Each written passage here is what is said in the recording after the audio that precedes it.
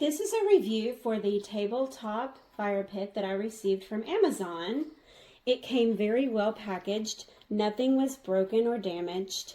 And I had never received or used a tabletop fire pit that works with isopropyl alcohol. And it did not come with instructions on how to set that part up. It did come with safety warnings and things like that, but regarding setting it up and actually lighting it, I had to look online to see how to do that. So I'm going to make this video so that I can show others how to use this product. It does come with a reservoir that you place the alcohol into. It has a maximum fill line.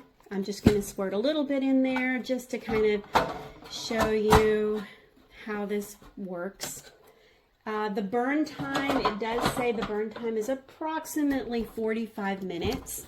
So just long enough so that you can get some s'mores going, things like that. Or if you want a nice candlelit dinner, you've got that as well. So you pour the alcohol into the reservoir. It comes with a snuffer if you're ready to, when you're ready to extinguish that. And it also comes with some tabletop rocks if you want to place those. That's optional. So you just light this with a long lighter. And there you go. All in all, I'm very pleased with this product. The only thing that I could recommend to improve this would be the instructions on how to fill it up. So go out and get yours today.